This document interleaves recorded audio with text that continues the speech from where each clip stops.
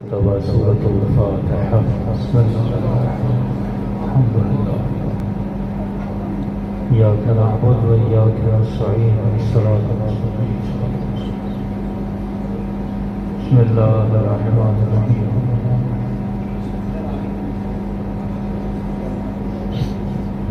ربنا تقبل منا إنك أنت السميع العليم. صلوات على محمد وعلى آله.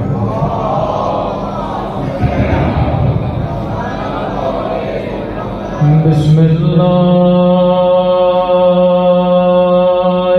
الرحمن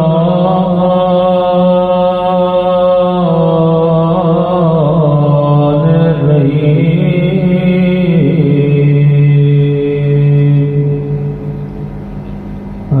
الحمد لله رب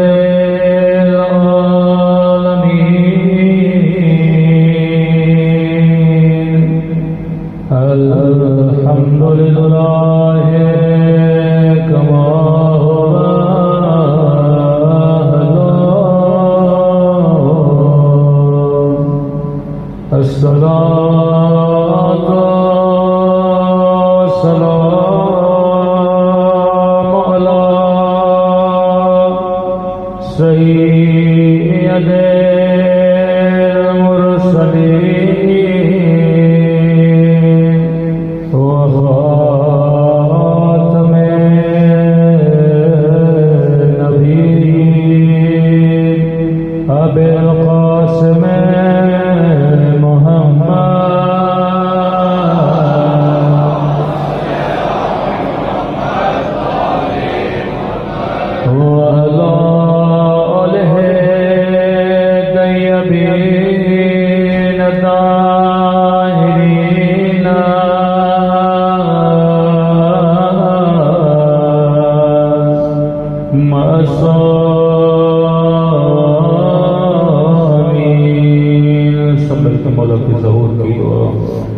اللهم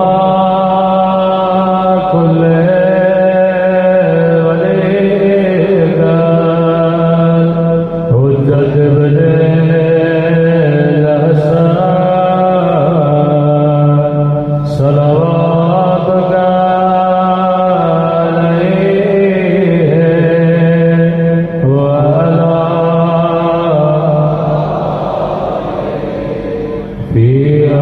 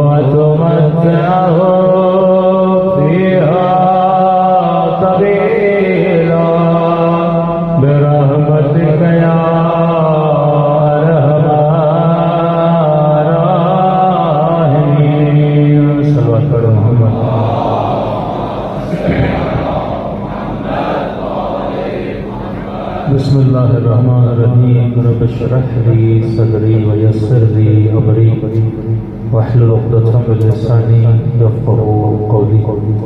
أما بعد فقد قال سبحانه وتعالى بسم الله الرحمن الرحيم وما خلقت الجن والإنس إلا ليعبدون. صلوات پر محمد وعلى آله.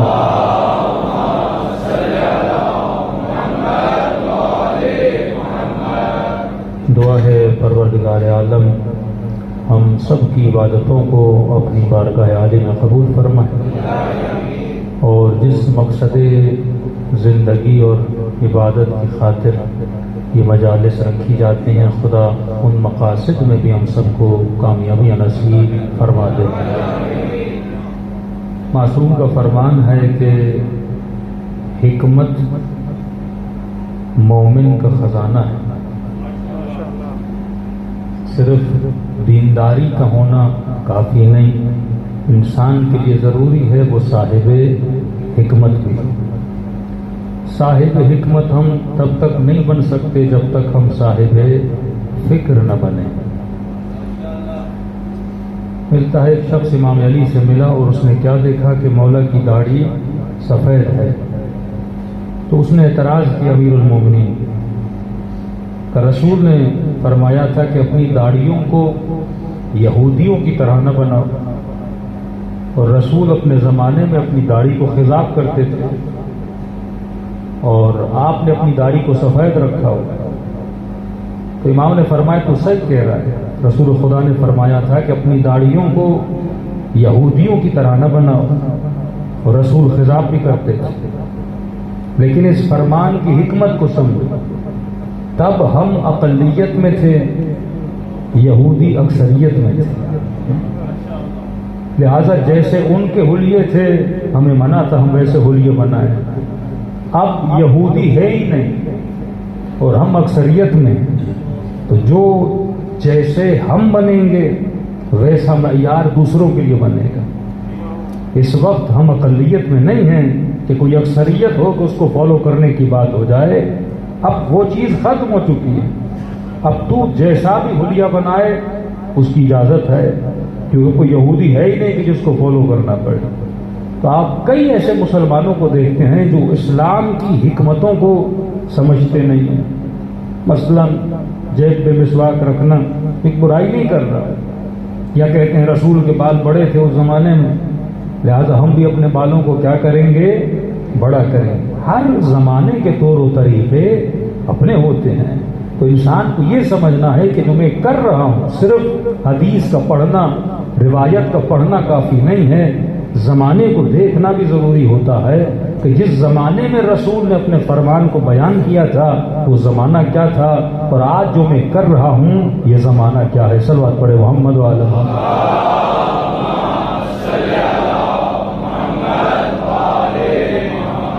مومن اپنے دین میں، اپنے ایمان میں حکیم ہوتا ہے۔ آج ہمارے کئی بچے ہیں جو روایات کو پڑھتے ہیں، مستحبات کو پڑھتے ہیں، لیکن ان مستحبات کی حکمت، ان مکروہات کی حکمت کو سمجھ نہیں پاتے۔ مثلا پڑھ دیا کہ بھائی جگر کھانا مکروہ ہے، مغز کھانا مکروہ ہے۔ اب بچے نے کہا بابا میں نے پڑھا ہے مکروہ ہے، میں تو کھاؤں گا نہیں۔ حالانکہ یہ دیکھنا پڑے گا کس کے لیے مکروہ ہے۔ مکروہات کو بھی سمجھنے کے لیے حکمت کا ہونا ضروری۔ کیوں مکروہ ہے؟ کیونکہ ہر وہ شے جس میں کولیسٹرول زیادہ ہے وہ بدن کو کیا کرتی ہے، نقصان دیتی ہے۔ اب جب باڈی کو نقصان ہوا تو اللہ نے کیا بول دیا، یہ مکروہ ہے۔ لیکن کس کے لیے؟ ایک بندہ ہے 17 سال کا، ایک آدمی ہے 45 سال کا، تو یقیناً جو 40 سے اوپر ہے اس کے لیے مکروہ ہے۔ لیکن جو بیچارہ 16-17 سال کا ہے، صبح سے شام تک کرکٹ اور اسپورٹ میں جاتا ہے، اس کے بدن میں تو خون کی کمی ہے، اس کے لیے تو ضرورت ہے۔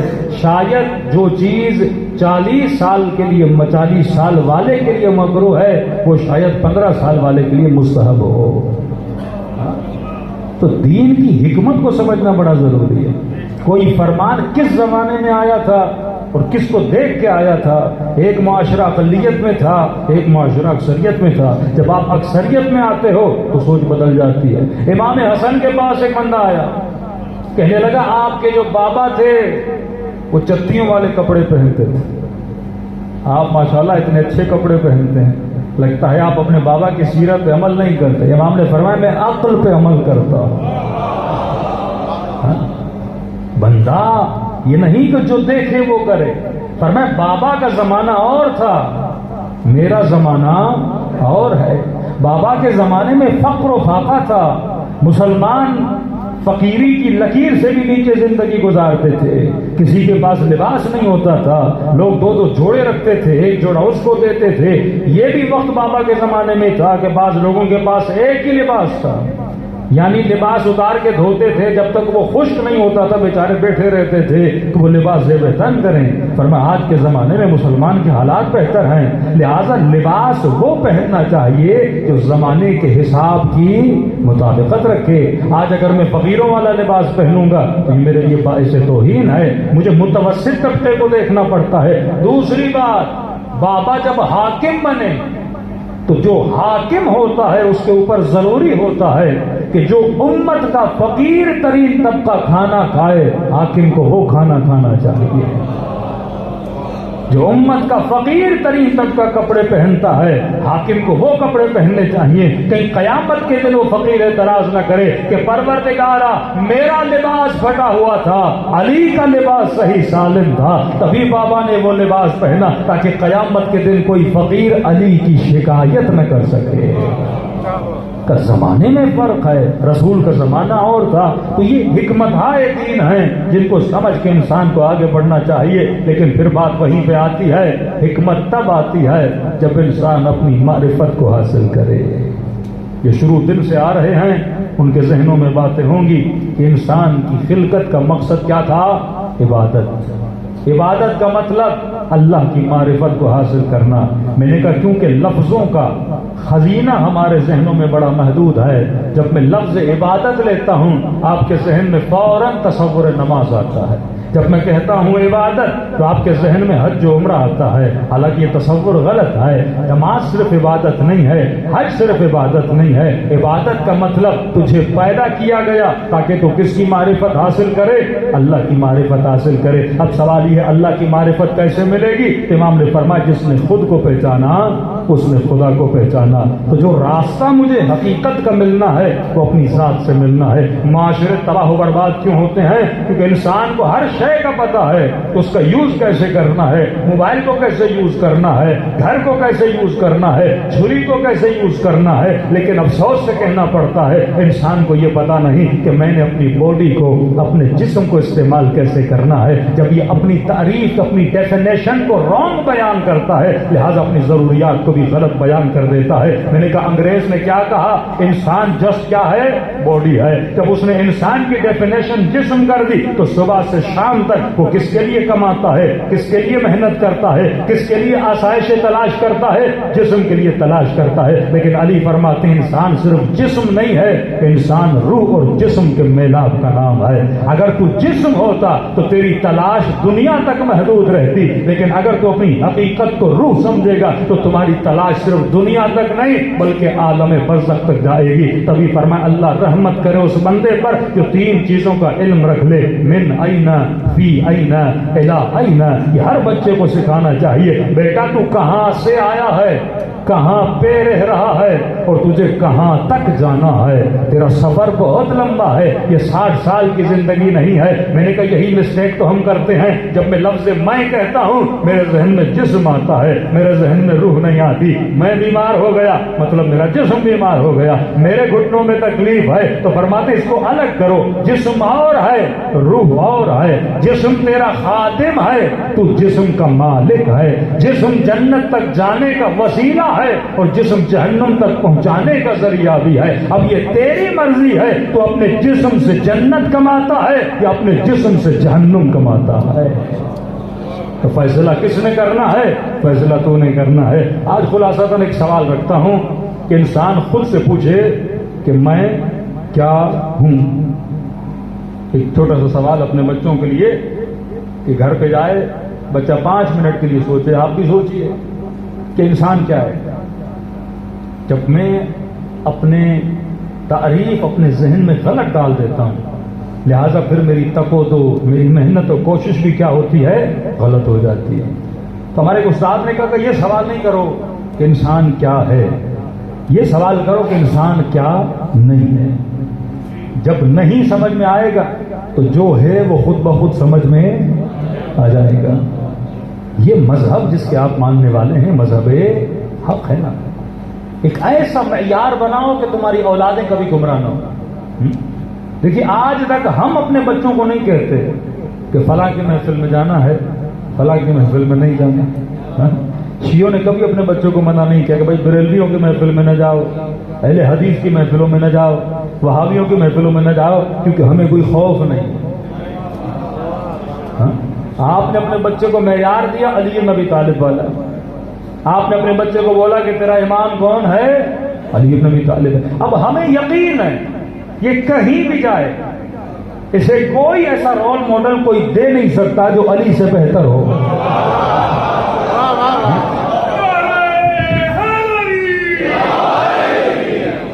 یقین کی منزل پر ہے نا. ہم نے اپنی بچیوں کو سیدہ فاطمہ الزہرا کا رول ماڈل دیا.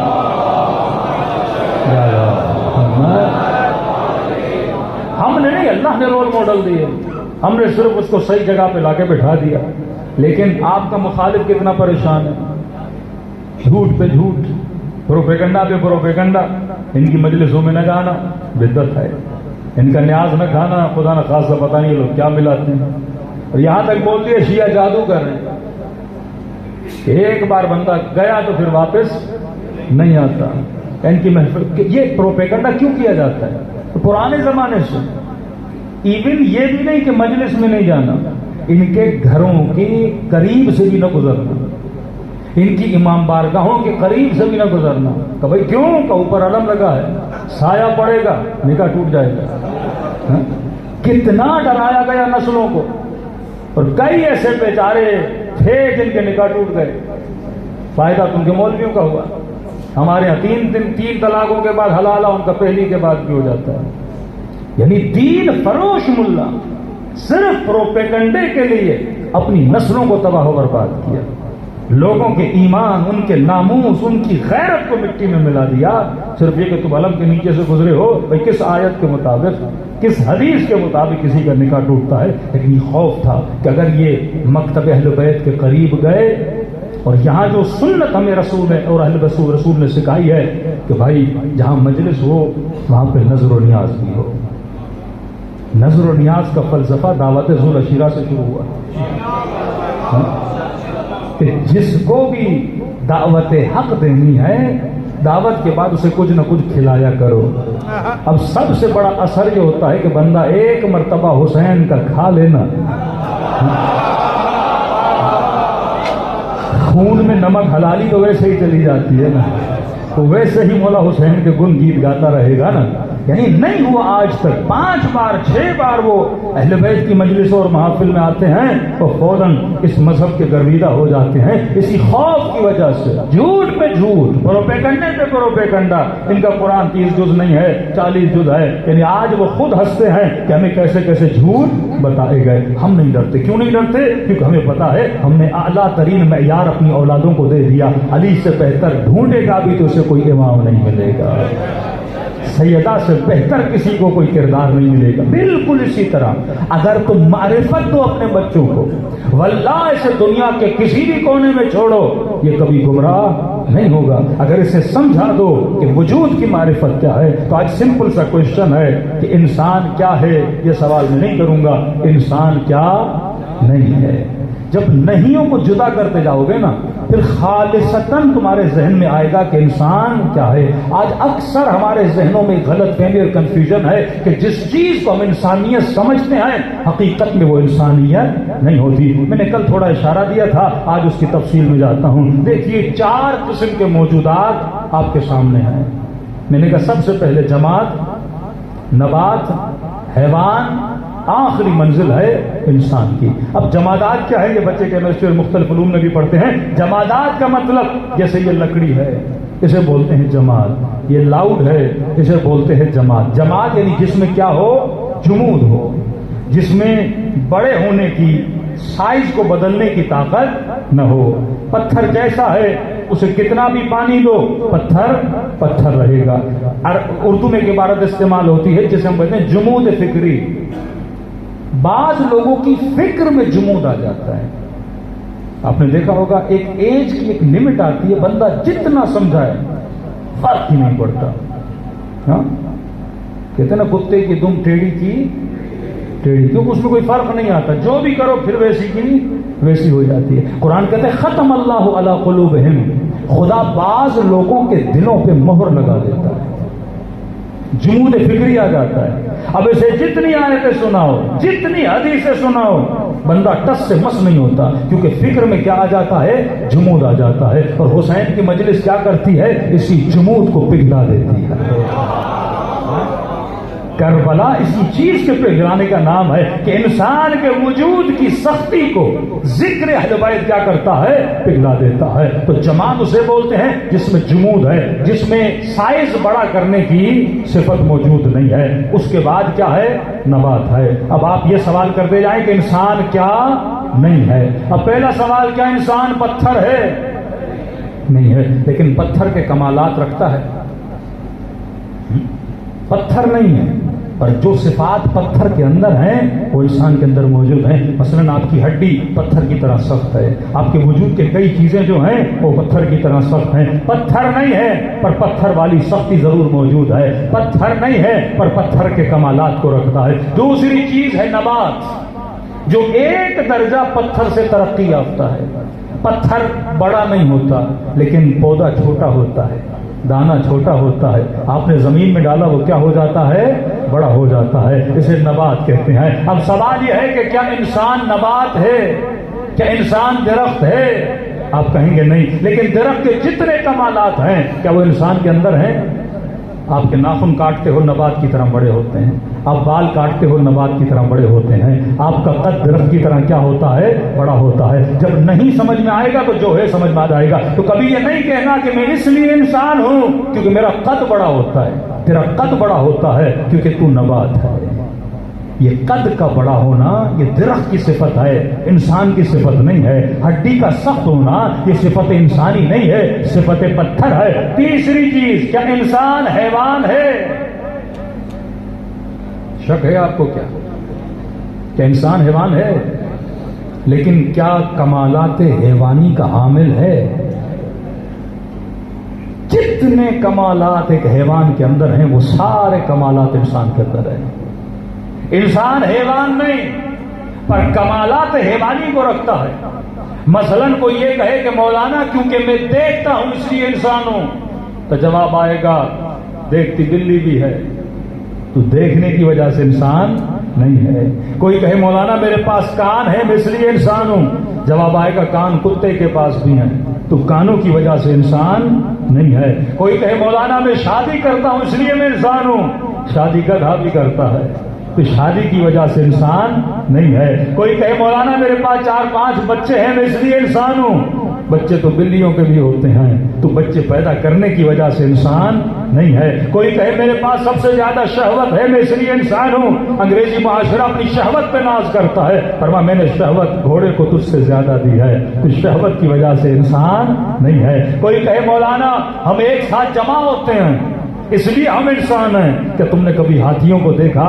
وہ جب سفر کرتے ہیں تو ایک ساتھ سفر کرتے ہیں۔ کوئی کہے مجھے اپنے وطن سے محبت ہے اس لیے میں انسان ہوں، ارے اپنی زمین سے تو شیر بھی محبت کرتا ہے، جنگل سے تو شیر بھی محبت کرتا ہے۔ کوئی کہے میں اس لیے انسان ہوں کیونکہ میں اپنے ہمنوں یعنی انسان کی مدد کرتا ہے اس لیے میں انسان ہوں۔ کبھی بندروں کو دیکھا کرو، بندر بھی بندر کی مدد کرتا ہے، شیر بھی شیر کی مدد کرتا ہے، ہرن بھی ہرن کی مدد کرتی ہے۔ کوئی کہ مولانا میں اس لیے انسان ہوں کیونکہ میں اپنے بچے کو دودھ پلاتی ہوں، ارے دودھ تو بلیاں بھی اپنے بچے کو پلاتی ہے، اس وجہ سے انسان نہیں ہے۔ شاید کوئی کہے مولانا میں نے اپنے بچے کو ڈاکٹر بنا دیا، انجینئر بنا دیا، میں نے پڑھا لکھا دیا اس لیے میں انسان ہوں۔ تم نے بچے کو پڑھایا کیوں؟ تاکہ وہ ہنر سیکھے۔ ہنر کیوں سیکھے؟ تاکہ دنیا میں سروائیو کر سکے، کما سکے، کبھی بھوکا نہ مرے۔ تو انسان اگر تو نے اپنے بچے کو ہنر سکھایا تو شیر بھی تو اپنے بچے کو شکار سکھاتا ہے، کبوتر بھی اپنے بچے کو پرواز سکھاتا ہے، بلیاں بھی اپنے بچے کو شکار سکھاتی ہے۔ تو بچوں کو ہنر سکھانا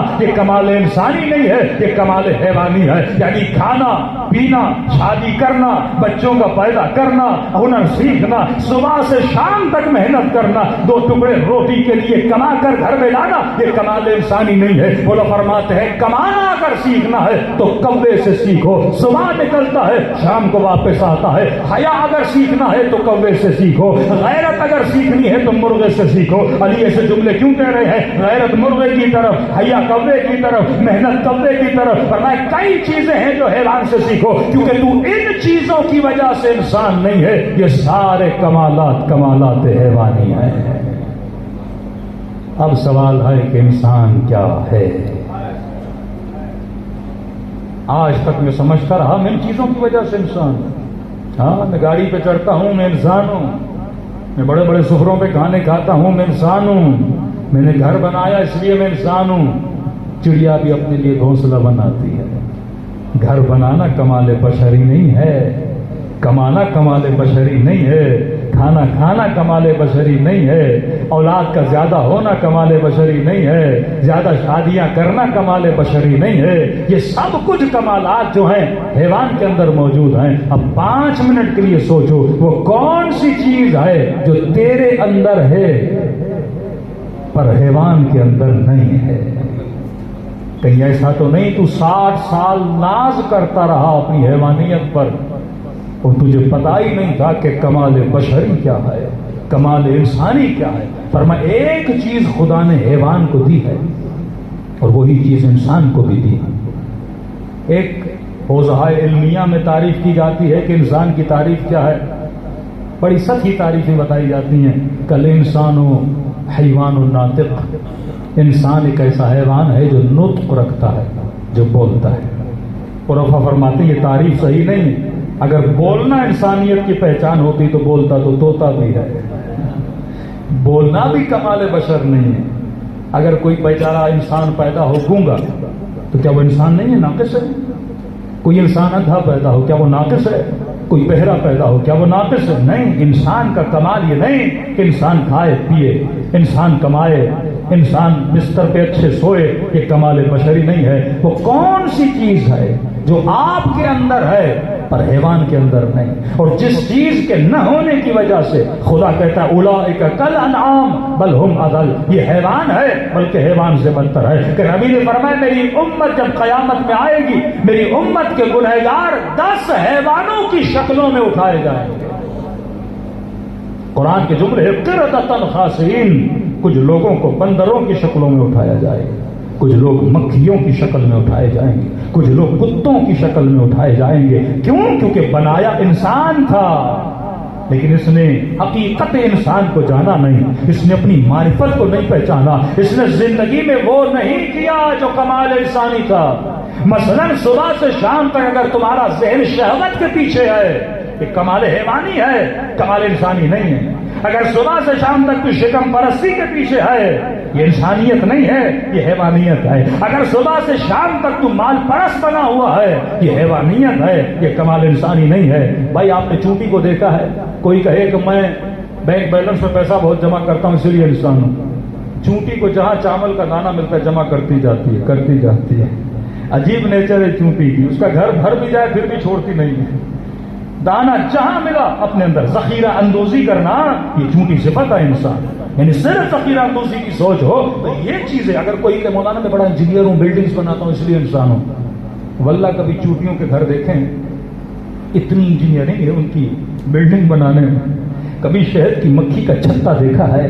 کتنی ترتیب سے اپنا چھتا بناتی ہے۔ ان چیزوں کی وجہ سے تو انسان نہیں ہے کہ تو نے بلڈنگ کھڑی کر دی، تو نے مال ذخیرہ اندوزی کر دیا، تو شکم پرست بن گیا، تو شہوت ران بن گیا۔ یہ جتنے دنیا کے گنہگار آپ دیکھتے ہیں صبح سے شام تک ہم و غم یہ ہوتا ہے شہوت کیسے زیادہ حاصل کی جائے، مال کیسے زیادہ جمع کیا جائے، گھر کیسے بڑا کیا جائے، کپڑے کون سے پہنے جائے۔ یہ جتنے بھی کمالات ہیں یہ کمالات حیوانی ہیں، کمالات انسانی نہیں ہے۔ بات یہ نہیں ہو رہی کہ کیا اچھا ہے یا کیا برا ہے، کھانا انسان کے بدن کی ضرورت ہے، شہوت انسان کے بدن کی ضرورت ہے، اچھی تصویریں انسان کے بدن کی ضرورت ہے، اچھی آواز انسان کے کانوں کی ضرورت ہے، اچھی خوشبو انسان کے ناک کی ضرورت ہے۔ ضرورت بدن ہے پر کمال انسانی نہیں ہے۔ بدن دیا تو اس کی ضرورت کو پورا تو کرنا ہے لیکن یہ کمال انسانی نہیں ہے۔ تو کھانے کی وجہ سے انسان نہیں ہے، تو گھومنے کی وجہ سے انسان نہیں ہے، تو رزق کمانے کی وجہ سے انسان نہیں ہے۔ وہ کون سی چیز ہے جو تیرے اندر ہے پر حیوان کے اندر نہیں ہے؟ اب سنو مولا کا فرمان، فرمان ایک طاقت خدا نے حیوان کو دی ہے پر لمیٹڈ دی ہے، تجھے ان لمیٹڈ دی ہے۔ جب یہ بتاؤں گا تو تعریف انسان آ جائے گی۔ اپنے بچوں کو سمجھاؤ کہ میرے لال انسان کی ڈیفینیشن کیا ہے، اسے پہلے سمجھاؤ۔ کسی جوان نے کہا مولانا میری آنکھیں بڑی خوبصورت ہیں۔ میں نے کہا کیوں؟ کہا بڑی ہیں۔ میں نے کہا برا نہیں ماننا لیکن کبھی تو نے غور سے گدھے کو دیکھا ہے؟ کہا کیوں مولانا؟ میں نے کہا غور سے دیکھا کر، اس کی آنکھیں تجھ سے زیادہ بڑی ہیں۔ تو حسن یہ نہیں کہ تیری آنکھیں بڑی ہیں، اللہ نے بڑی آنکھیں تو گدھے کو بھی دی ہے۔ کوئی کہے میرے بال بڑے سلکی ہیں مولانا، میں نے کہا گھوڑے کے بال تجھ سے زیادہ سلکی ہیں۔ ان کمالات پہ فخر نہ کر جسم انسان کا ضعیف ہے، تو اس سے زیادہ جسم طاقتور خدا نے حیوان کو دیا، لیکن اس ضعیف جسم میں ایسی کون سی چیز ہے کہ یہ جہاز بنا لیتا ہے، یہ دریاؤں کو چیر کے سفینے بناتا ہے، یہ اللہ کی ہواؤں کو چیر کے ہوائی جہاز بناتا ہے؟ یہ کون سا کمال ہے کہ طاقتور شیر کو پنجرے میں جمع کر دیتا ہے؟ یہ کون سا کمال ہے جس کی وجہ سے ہاتھی کو اپنا غلام بنا دیتا ہے، اتنے حیوانات کو اپنے ہاتھوں اور قبضے قدرت میں لے لیتا ہے؟ فرمایا ایک چیز حیوان میں ہے، دو لفظ یاد رکھنا، لیکن اس میں لمیٹڈ ہے، تجھ میں ان لمیٹڈ ہے۔ اردو میں بولیں تو محدود، اور انسان میں لامحدود۔ وہ کون سی چیز ہے جو ہمارے عشر خمسے کا موضوع ہے؟ اسے کہتے ہیں تربیت۔ کیا ہے؟ تربیت۔ حیوان کے اندر ساری چیزیں ہیں، پلس ایک اور چیز اللہ نے اسے دی ہے، تربیت۔ حیوان تربیت پانے کی صلاحیت رکھتا ہے پر محدود حد تک۔ شیر کو تربیت دو گے سرکش میں آئے گا، بندر کو تربیت دو گے تھوڑا بہت ناچ لے گا، لیکن محدود حد تک حیوان سیکھنے کی صلاحیت رکھتا ہے۔ جتنا اللہ نے سکھا دیا اس سے آگے کبھی بڑھتا نہیں ہے۔ تبھی ہزاروں سال پہلے جیسا گھونسلہ چڑیا بناتی تھی آج بھی ویسا بناتی ہے، اس میں آپ کو ترقی نظر نہیں آتی۔ جیسا چھتا شہد کی مکھی بناتی تھی ویسا ہی بناتی ہے، اس میں ترقی نظر نہیں آتی۔ آپ شیر کو سرکش میں لا دو گے، تھوڑے 4-5 کرتب کرا لو گے، لیکن آج تک دیکھا کہ شیر ٹرک چلائے؟ ہاں، ڈرائیونگ سینٹر بناؤ شیروں کے لیے، ہو ہی نہیں سکتا، کیونکہ اس کے اندر تربیت پانے کی صلاحیت کیا ہے؟ کم ہے۔ آج تک کسی گدھے کو ڈاکٹر دیکھا؟ اس کے اندر تربیت پانے کی صلاحیت نہیں ہے۔ بچوں کو سمجھانے کے لیے مثال دے رہا ہوں، مثلا کسی آدمی کے گھر میں 2 گدھے پیدا ہوں، اس کے یہاں نہیں، اس کے گدھے کے یہاں 2 گدھے پیدا ہوں۔ ہاں، کہے کہ مولانا یہ گدھے میرے کام کے نہیں ہیں، ایک گدھا آپ رکھ لیں، آپ کے کام آئے گا۔ کبھی لکڑیاں ادھر ادھر لے جائیے گا، بھاری وزن ہو سامان ہو تو ریڑھی سے باندھ لیجیے گا، ہم چاہتے ہیں کہ گدھا آپ کی خدمت کرے۔ ہم نے کہا ٹھیک ہے، رکھ لیا۔ دوسرا گدھا اس نے دیا موچی کو، کہ موچی صاحب آپ کا بھی سامان بھاری ہوتا ہے، گدھا آپ کی خدمت کر لے گا۔ 5 سال کے بعد وہ گدھا واپس لینے آئے، کہ مولانا 5 سال خدمت اچھی کر لی گدھے نے۔ ہم نے کہا ٹھیک ہے بھائی، اچھی خدمت کی گدھے نے، ہم نے گدھا اسے واپس دیا۔ موچی سے بھی گدھا واپس لے گیا۔ قومی مرکز کے باہر آ کے دونوں گدھے اس نے کھڑے کر دیے اور کہا بھائی جس کی جوتیاں پھٹ گئی ہیں میرا گدھا جوتی سیے گا۔ لوگوں نے کہا کیوں؟ کہ کیونکہ 5 سال موچی کے پاس تھا۔ کہ دوسرا گدھا 5 سال مولوی کے پاس تھا، کم از کم آدھا مولوی تو بن گیا ہوگا۔ آپ ہنس رہے ہیں، کیوں ہنس رہے ہیں؟ انسان کا بچہ مولوی کے پاس چھوڑ کے جاؤ آدھا مولوی بن جاتا ہے، انسان کا بچہ موچی کے پاس چھوڑ کے جاؤ آدھا موچی بن جاتا ہے۔ گدھا کیوں نہیں بنتا؟ کیونکہ گدھے کے اندر تربیت کی صلاحیت نہیں ہے۔ تبھی کہا اولئک کالانعام بل ہم اضل۔ سورہ جمعہ میں کہا بعض لوگوں کی مثال گدھوں کی طرح ہے۔ گدھا کتابیں رکھتا ہے پر کتابوں سے فائدہ نہیں لیتا۔ گدھے کے اوپر نہج البلاغہ رکھو یا قرآن رکھو، گدھا گدھا ہی رہتا ہے۔ اللہ انسانوں کو مخاطب کرتا ہے، فرمایا اگر تو نبی کے ساتھ رہے یا علی کے ساتھ رہے تربیت نہ لے تو تجھ میں اور گدھے میں کوئی فرق نہیں ہے۔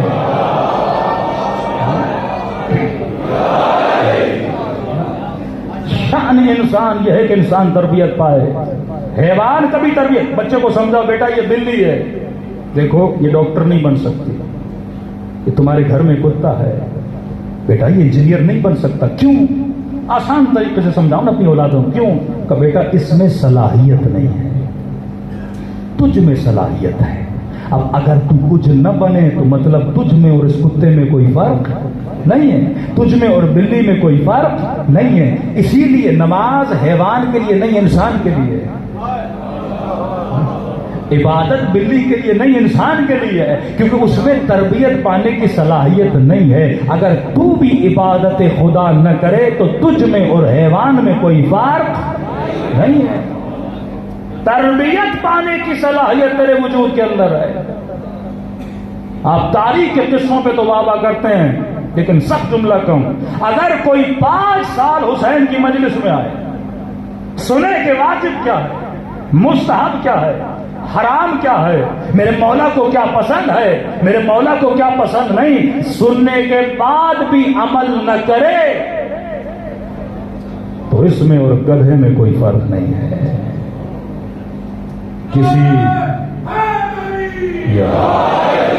ایک گدھے کو کسی میڈیکل یونیورسٹی میں 5 سال باندھو نا، 5 سال کے بعد نکالو گے ویسے کا ویسا رہے گا۔ انسان اگر کسی مکتب میں جاتا ہے نا تو جب گئے تھے تو ایمان کے پہلے درجے پہ تھا، لیکن جب آیا تھا تو سلمان بن کے نکلا تھا۔ حر نے بتایا کہ میں انسان ہوں، جب حسین سے ملا تو تربیت نہیں تھی، لیکن ملنے کے بعد حر نے اپنی کیا کی، تربیت حاصل کی۔ آج مسئلہ یہ کہ انسان کو یہی نہیں پتا کہ انسان کی تعریف کیا ہے، تو تعریف انسان کیا بنی؟ انسان ایک ایسا وجود ہے جس میں لامحدود تربیت پانے کی صلاحیت ہے۔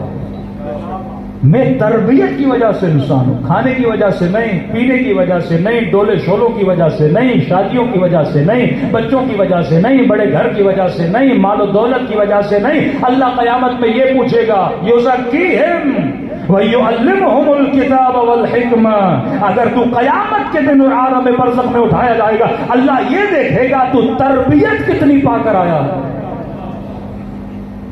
ورنہ جاہو، جمود و شہرت و حکومت و تخت و دولت، یہ تو فرعون و نمرود کے پاس بھی موجود تھی۔ فرعون کے پاس تربیت نہیں تھی، نمرود کے پاس تربیت نہیں تھی۔ اہل بیت کا مقام کیوں اتنا بلند ہے؟ کیونکہ وہ معاشرے کے مربی ہیں۔ اللہ کا نام ہے رب، یعنی تربیت کرنے والا، انسان کو انسان بننے کی صلاحیت دینے والا۔ اب سوال یہ ہے تو جسم کو غذا دے رہا ہے، جسم کے لیے مال کما رہا ہے، جسم کے لیے آسائشیں بنا رہا ہے، لیکن سوال یہ ہے ڈیلی بیسس پہ تم نے اپنے وجود کی تربیت کیسے کی؟ کسی نے امام سے پوچھا کہ مولا میں ہر عبادت سے پہلے ایک نیت کرتا ہوں قربتاً کوئی عبادت نہیں جو اس نیت کے بغیر ہو۔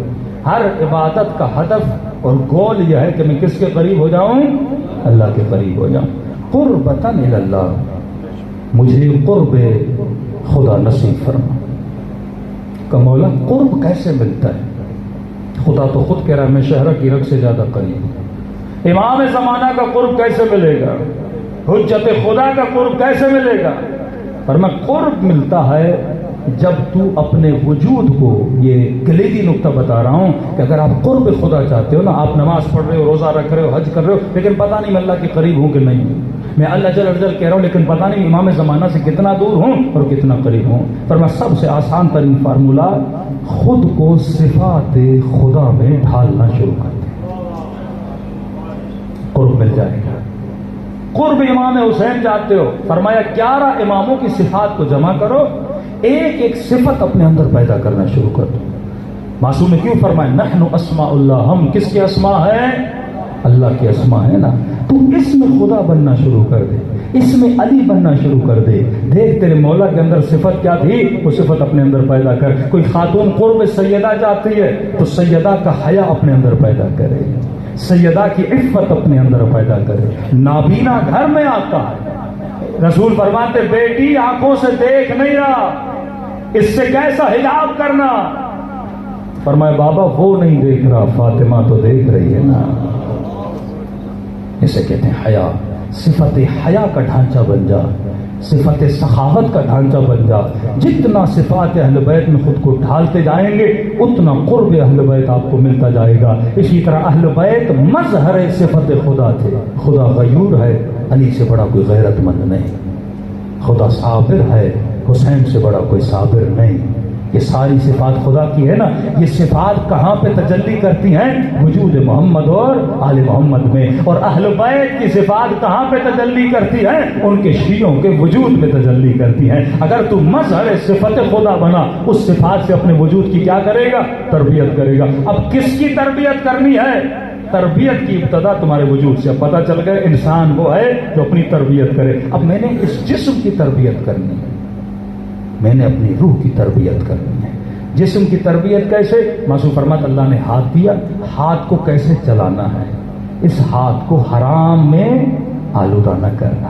اے جوان اس ہاتھ کو نامحرم کے ساتھ مس نہ کرنا. اللہ نے آنکھ دی, آنکھ کی تربیت کر, آنکھ کبھی حرام پہ نہ پڑے. اب مولا کا فرمان سنو تاکہ سمجھ آئے کہ دین نعمت کے علاوہ کچھ بھی نہیں. صلوات پڑھے محمد و آل محمد.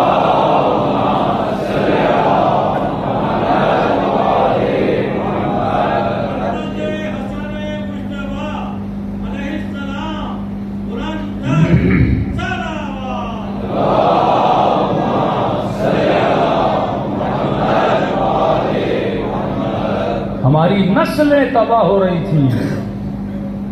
امام خمینی نے سب سے بڑا کمال یہ کیا کہ اپنی نسلوں کی تربیت. سب سے پہلی تنظیم جو پاکستان میں بنی اس کا نام تھا تحریک فقہ نفاذ جعفریہ. تحریک مطلب موومنٹ. کس چیز کی موومنٹ؟ فقہ جعفریہ کو نافذ کرنے کی موومنٹ. اگر فقہ اہل بیت میرے بچوں کے خون اور رگ میں نافذ نہ ہو تو اس فقہ کا کوئی فائدہ نہیں ہے. پھر کھوکھلا بندہ شیعہ بن جائے. قوم تب بنتی ہے جب قوم کا نظریہ ایک ہو, قوم کی عادتیں ایک ہو, قوم کی سوچ اور قوم کا ایم اور قوم کا گول ایک ہو. جب معاشرے میں تربیت ہی نہ ہو, تربیتی گفتگو ہی نہ ہو. دیکھیے آپ نے بچے کو ڈاکٹر بنا دیا. کتنے ڈاکٹر ہیں شادیاں کرنے کے بعد طلاقیں ہو جاتی ہیں. ہم سب سے بڑی مسٹیک یہ کرتے ہیں, ہم سمجھتے ہیں بچہ انجینئر بن جائے گا, پڑھا لکھا ہو جائے گا. یہ جتنے علوم آپ اپنے بچوں کو سکھاتے ہو, انجینئرنگ ہو, وہ جیولوجسٹ ہو, وہ کچھ بھی ہو, کیمسٹری ہو, بایولوجی ہو, یہ ہنر ہے, علم تربیت نہیں ہے. دنیا کو اتنا جاہلوں نے نقصان نہیں دیا جتنا عالموں نے نقصان دیا. ایک جاہل کیا کرے گا؟ زیادہ سے زیادہ کسی کا تھوڑا سا نقصان کر دے گا, لیکن جاہل ایٹمن تو نہیں بنا سکتا نا, جاہل کلیشن کوف تو نہیں بنا سکتا نا, جاہل بم تو نہیں بنا سکتا نا. پڑھ کر لکھ کر پڑھے لکھے پروفیسروں نے ایٹم بم بنایا, دنیا کو تباہ برباد کر دیا. ورلڈ وار 1 دیکھیں, ورلڈ وار 2 دیکھیں, ملینز لوگوں کی جانیں لے گئیں ایٹم بم کے ذریعے. کسی جاہل نے نہیں بنایا, کسی عالم نے بنایا تھا. لیکن کیسا عالم؟ نبی نے فرمایا یزکیہم ویعلمہم الکتاب. اگر یہ اپنی تربیت نہیں کرے گا, اس علم کو غلط راستے میں استعمال کرے گا. عمرو عاص کوئی عام آدمی نہیں تھا, رجل کیس, بڑا تیز آدمی تھا, بڑے دماغ والا آدمی تھا. صدیوں میں ایسے بندے پیدا ہوتے جن کا دماغ اتنا شارپ اور تیز ہوتا ہے, لیکن اس نے اپنی توانائی کہاں پہ استعمال کی؟ غلط جگہ پہ استعمال کی. ابتدا ہے تزکیہ. جب تو تربیت نہیں کرے گا اپنے وجود کی, مال تو کمائے گا لیکن تجھے پتہ نہیں ہوگا مال خرچ کہاں کرنا ہے. اولاد تو پیدا کرے گا لیکن تجھے پتہ نہیں اس اولاد کو دین کی راہ میں نے استعمال کیسے کرنا ہے. پھر فائدہ کیا؟ ڈاکٹر بن جائے 2 دن میں طلاق ہو جائے, انجینئر بن جائے, گھر میں رہنے کا سلیقہ نہ ہو. تو جہل سے زیادہ وہ علم خطرناک ہے کہ بندہ اپنی تربیت نہ کرے اور اس کے پاس وہ علم آ جائے. گلاس اگر نجس ہو, اس میں پاک ترین پانی بھی ڈالو, وہ کیا ہو جائے گا؟ نجس ہو جائے گا. اصل یہ تیرا ظرف وجود ہے جسے تم نے پاک کرنا ہے. تم نے سمجھنا ہے کہ میرے وجود کے حقوق کیا ہیں, مجھے اس بدن کی تربیت کیسے کرنا. نماز تربیت کا نام ہے, روزہ تربیت کا نام ہے. جس گاڑی میں بریک نہ ہو وہ گاڑی سب کے لیے خطرناک ہے, سوار کے لیے بھی اور جو روڈ پہ چل رہے ہیں اس کے لیے بھی. فلسفہ شراب کیا ہے؟ اللہ نے شراب کو کیوں حرام کیا؟ کیونکہ شراب انسان کے بریک کو فیل کر دیتا ہے, اس کے کنٹرول کو ختم کر دیتا ہے. جب تم نے اپنے بچے کو سمجھا دیا کہ میرے لال اللہ کی شراب سے کوئی دشمنی نہیں ہے, اتنا بڑا وجود پروردگار عالم نے بنایا, یہ وجود تباہ ہو جاتا ہے. سب سے زیادہ خودکشی یورپ میں ہوتی ہے, سب سے زیادہ خودکشی امریکہ اور ہالینڈ میں ہوتی ہے. لوگ کیوں خودکشیاں کرتے ہیں؟ جس معاشرے میں ایجوکیشن کا ریشو 100% ہے, جس میں ڈاکٹری, جس میں انجینئرنگ, اے لیول, او لیول, کیا کچھ ان بچوں کو نہیں پڑھایا جاتا, لیکن وہی بچہ جوان ہوتا خودکشی کر لیتا ہے. امریکہ کی سب سے بڑی ایکٹریسز جو شہرت بھی تھی, مال بھی تھا, دولت بھی تھی, لیکن اس نے سوسائڈ کر دیا اور لکھا کہ میں دنیا میں سکون نہیں مل رہا تھا. میں نے کہا مر جاؤں شاید موت کے بعد مجھے سکون مل جائے. معاشروں میں جب تربیت نہیں ہوتی نا، پھر مال انسان کو سکون نہیں دیتا، دولت انسان کو سکون نہیں دیتی، جب انسان کو پتہ نہ ہو میرے اپنے وجود کو چلانا کیسے ہے۔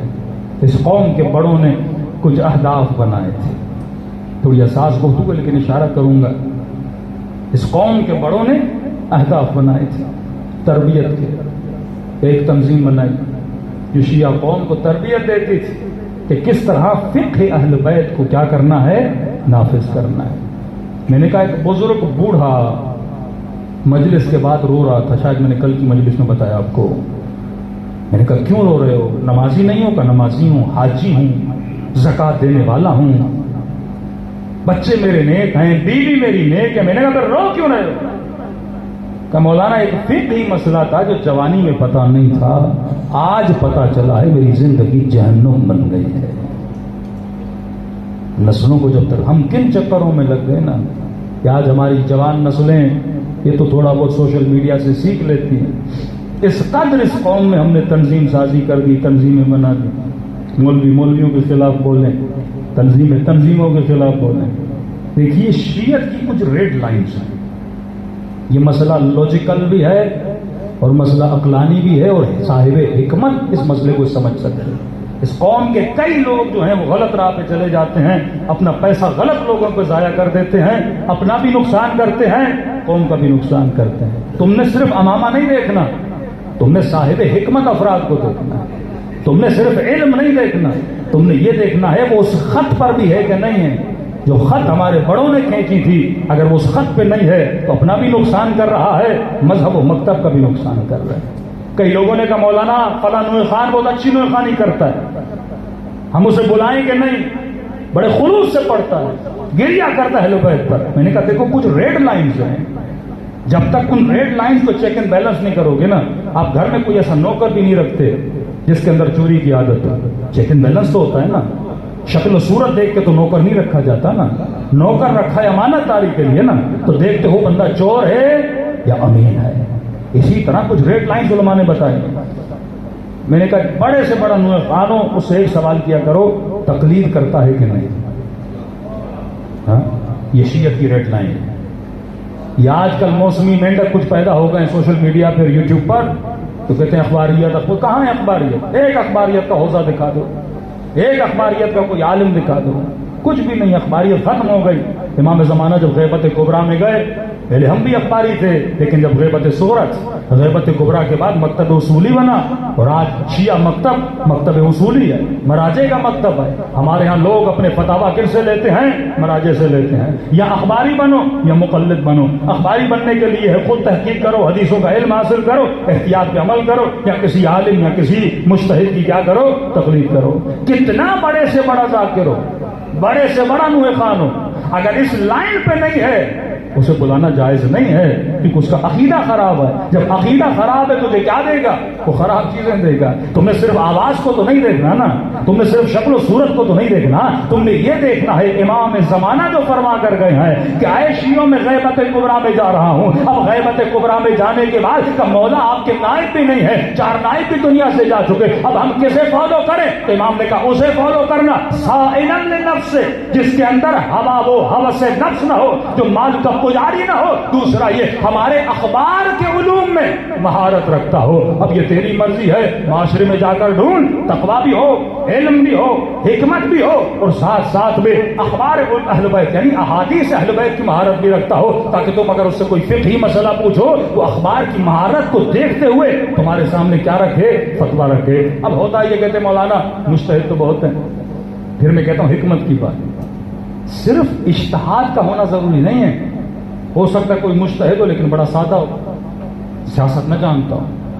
آج معاشرہ سوشل میڈیا کا ہے، آج دنیا ایک ولیج بن چکی ہے، اگر اجتہاد اس کے پاس ہے لیکن معاشرے کی جانکاری نہیں ہے، امام نے کہا سائنہ لنفس بھی ہو، ہمارے اخبار میں مہارت بھی رکھتا ہو، اور ساتھ میں سب سے اپنے زمانے کا سب سے بڑا عالم بھی ہو۔ آپ 20 سال پڑھیں گے، 25 سال پڑھیں گے، آپ بھی مجتہد بن سکتے ہیں، لیکن ایسا مجتہد جس کے اندر حکمت نہ ہو، جو معاشرے کی سیاست، پولیٹیکل حالات، دشمن کے فتنوں، دشمن کے حربوں کو نہ سمجھتا ہو، وہ مجتہد تو ہے لیکن قابل تقلید نہیں ہے۔ یہ تم نے دیکھنا ہے، تم نے پرکھنا ہے، اس کی سیاسی سوچ بوجھ کو تم نے دیکھنا ہے، اس کے فیصلوں کو دیکھنا ہے، اس کی زندگی کو دیکھنا ہے، اس کے کلام کو دیکھنا ہے، اس کی تقریروں کو سننا ہے۔ اگر اس کے کلام میں تجھے حکمت نظر آتی ہے، تم پر پھر لازم ہے کہ تم اس کی کیا کرو؟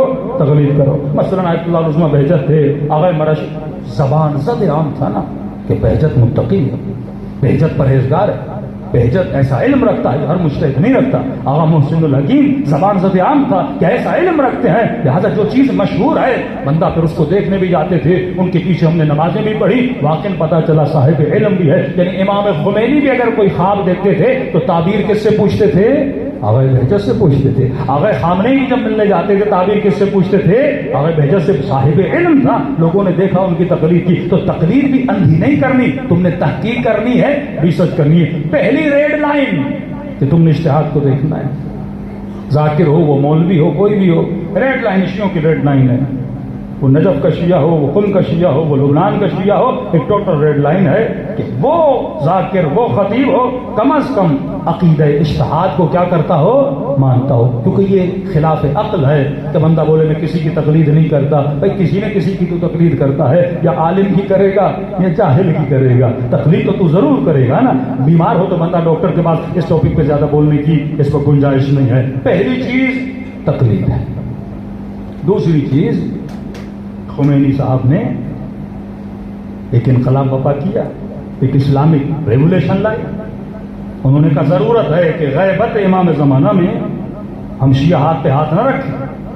500 سال تک شیعوں پہ ظلم ہوا، 500 ایئرس، 200 ایئرس بنو امیہ اور بنو عباس، 300 ایئر عثمانی دور کے، 500 سال آپ پہ ظلم ہوا۔ حکومتوں نے آپ کو مارا، آپ کو غارت کیا، آپ کو ہجرتیں کروائیں، نسلوں کو کاٹا۔ 500 سال صرف عثمانی حکومت نے مور دین 2.5 لاکھ کے قریب اس نے شیعوں کو قتل کیا۔ کئی مرتبہ اس نے ایران پہ حملہ کیا، اصفہان کے مومنین کو مارا، مختلفوں کو مارا۔ لیکن یہ بھی ایک عالم ہے کہ انہوں نے یورپ کو بھی فتح کر لیا، لیکن عثمانی حکومت ایران کو کبھی فتح نہیں کر سکی۔ یعنی اس وقت بھی ان کے سامنے جو ڈٹ کے کھڑے تھے وہ شیعیان حیدر کرار تھے۔ تو اس مکتب کو امام خمینی کا ضرورت ہے۔ ہم کب تک شہنشاہیت کے پیچھے رہیں گے؟ اگر ہم نے دنیا کو بتانا ہے کہ ہمارے پاس بہترین نظام ہے، حق حکومت اہل بیت علیہ الصلوۃ والسلام کو ہے، تو جب تک امام زمانہ کا ظہور نہیں ہوتا ہم امام زمانہ کے آنے سے پہلے ایک امام زمانہ والی حکومت کو قائم کریں گے۔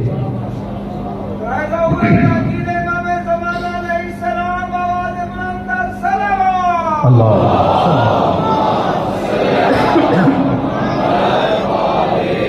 میں نے اس میں بھی پچھلے سال تقریر کی تھی، میں نے کہا الفاظ کی وجہ سے لوگوں کو گمراہ کیا جاتا ہے۔ بھائی ولایت فقیہ اور ولایت علی، لوگوں کو یہی سمجھ نہیں آتا ولایت کا مطلب کیا ہے؟ حکومت۔ اب سوال یہ مومن اپنی عقل سے پوچھے تجھے کس کی حکومت پسند ہے؟ جاہل کی، عالم کی؟ سوال ہے آپ سے، اب کس حکومت کو پسند کرو گے؟ جاہل کی، عالم کی؟ آپ کیا کرو گے؟ کوئی شرابی ہمارے اوپر حکومت کرے یا کوئی مجتہد ہمارے اوپر حکومت کرے؟ آپ کیا چاہو گے؟ جو 12 امام کو مانتا ہے وہ ہمارے اوپر حکومت کرے، جو نسل علی سے ہے وہ ہمارے اوپر حکومت کرے، جو فرامین اہل بیت کو جانتا ہے وہ ہمارے اوپر حکومت کرے؟ ہر عقل مند بندہ کہے گا مولانا کوئی صالح، کوئی عالم، کوئی عادل، کوئی اہل بیت کا ماننے والا جس کے دل میں علی کی ولایت ہے، جس کے دل میں سیدہ کی محبت ہے، وہ ہمارے اوپر حکومت کرے۔ تو امام خمینی نے کہا ہم شہنشاہ یعنی کسی یزید کی حکومت کو برداشت نہیں کریں گے۔